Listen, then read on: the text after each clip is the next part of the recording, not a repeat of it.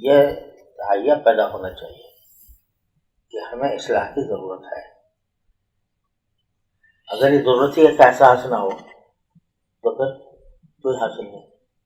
جب ضرورتی کے انسان کو پتہ ہی نہیں، وہ سمجھتا ہے میں ٹھیک ٹھاک ہوں بالکل، تو پھر اس کو اصلاح کا راستہ کیسے نکلے گا؟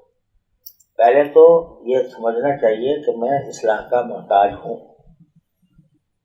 عیب میرے اندر جو کچھ اپنے سوچے آدمی کے اندر کہ میرے اندر کیا کیا عیب ہے، اور پھر اس کے مطابق اصلاح کی فکر کریں. اب اس میں جو یہ تعلق ہوتا ہے اصلاحی تعلق یا بیعت کسی سے، اس کا جو اصل مقصد ہے وہ تو یہ ہے کہ جو انسان کے باطنی اخلاق ہیں وہ درست ہو. یعنی ایک تو ظاہری اعمال ہے، ظاہری اعمال جو کر رہے ہیں الحمدللہ اللہ تعالیٰ کا شکر ہے کرنے، اس میں بھی جو کچھ کمی کوتاہی رہ گئی ہے اس کو درست کرنے چاہیے. کسی کی نماز قضا ہے وہ ادا کرنے چاہیے، روزے قضا ہے وہ ادا کرنے چاہیے وغیرہ. لیکن جو اصل تصوف کا یا تو طریقت کا یا سلوک کا جو اصل مقصود ہے وہ باطنی اصلاح ہے. آدمی کے اندر تکبر ہوتا ہے، اس کا احساس نہیں ہوتا. آدمی کے اندر حسد ہوتا ہے لیکن اس کو پتہ نہیں ہوتا کہ میرے حسد کی بیماری ہے.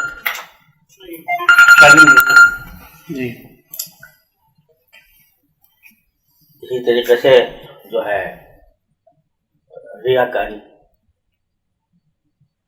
جو ہے آدمی کو پتہ نہیں چلتا کہ میں ریاکاری کر رہا ہوں.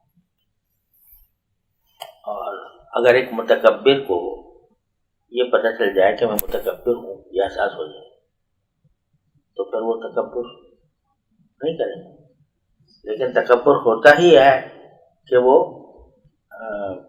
خود کو سمجھ رہا ہے کہ وہ ٹھیک، حقیقت میں تکبر مبتلا ہوتا ہے. اسی طرح ریاکاری کے اندر مبتلا ہوتا ہے. حب جاہ، حب مال کے شہرت کی خواہش کی طرف لپکنا، لوگوں کے دلوں، لوگوں کا معتقد ہونے کی فکر کے بڑے معتقد ہو جائیں لوگ، یا اور یہ ساری بیماریاں ہوتی ہیں. ان بیماریوں کی اصلاح ہے، ایک کا علاج ہے اصل تصور کا مقصد.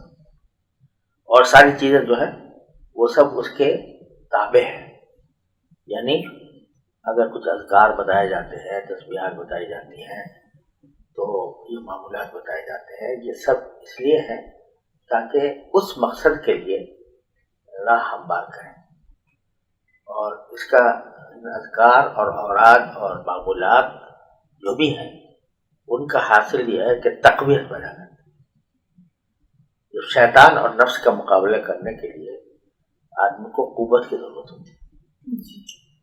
یعنی اپنے نفس مچل رہا ہے کسی گناہ کے لیے، اب اس کو اس کی جو شدید خواہش دل میں پیدا ہو رہی ہے اس کو رد کرنے کے لیے، اس کو پیچھے دھکیلنے کے لیے قوت چاہیے، طاقت.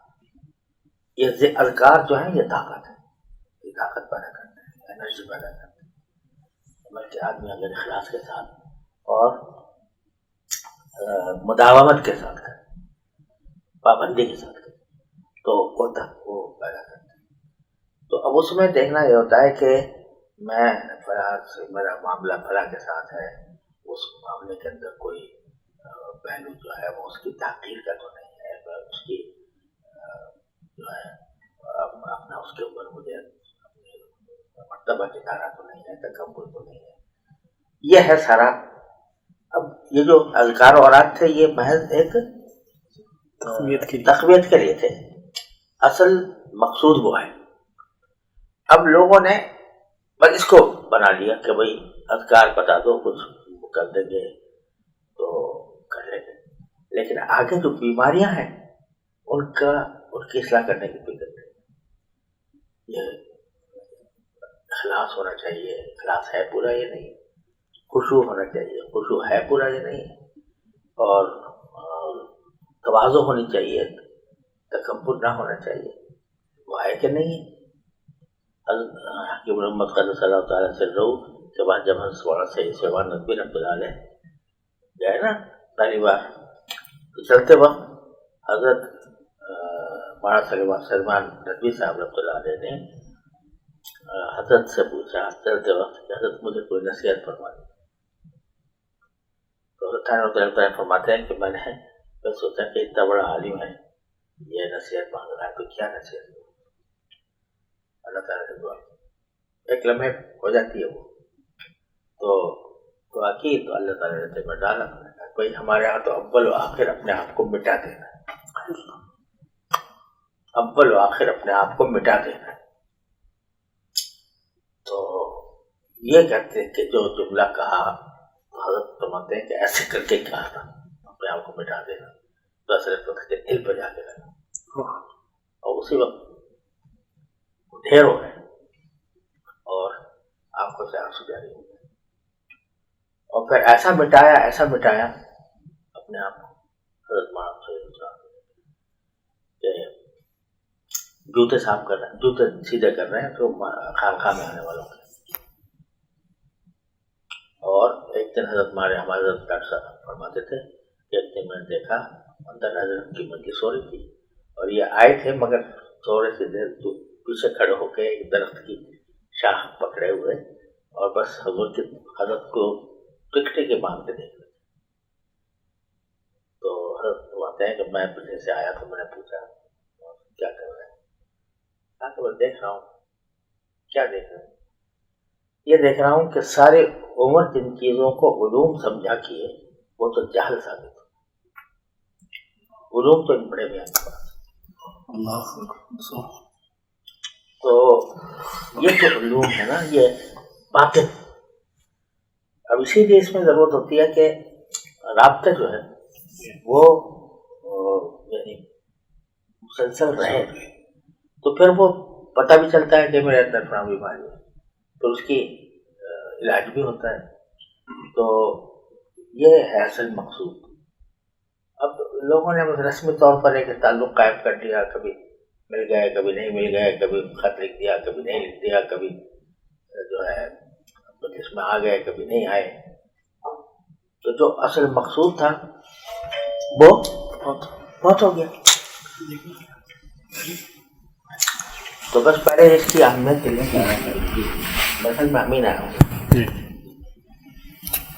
بس مجھے کام کیا تھا یہ کہیں تک قبول تو نہیں تھا پر آج کے وقت مجھے کام کیا تھا وہ کہیں ریاکاری تو نہیں تھی. قیامت کے کام کیا تھا یہ حب جا کے تو نہیں ہوا. یہ جب آدمی غفلت میں ہوتا ہے تو اس کو کبھی خیال بھی نہیں آتا, لیکن جب اس راستے پر چلنے کی کوشش کرتا ہے تو پھر اس کا اللہ تعالیٰ کی طرف سے مدد بھی ہوتی ہے اور وہ پھر اس کو احساس ہوتا ہے کہ میں فلاں کام کر رہا تھا پتہ نہیں یہ کیا تھا, صحیح تھا غلط تھا. وہ پھر پوچھتا ہے, اس سے پتہ چلتا ہے کہ بیماری ہے یا نہیں ہے. بعض اوقات ویسے ہی شبہ ہوتا ہے, بسوسہ ہوتا ہے, حقیقت نہیں ہوتی. لیکن اصل چیز جو ہے نا وہ یہ ہے اس کی طرف متوجہ ہونا چاہیے. بس آج اتنی صحیح بات ہے.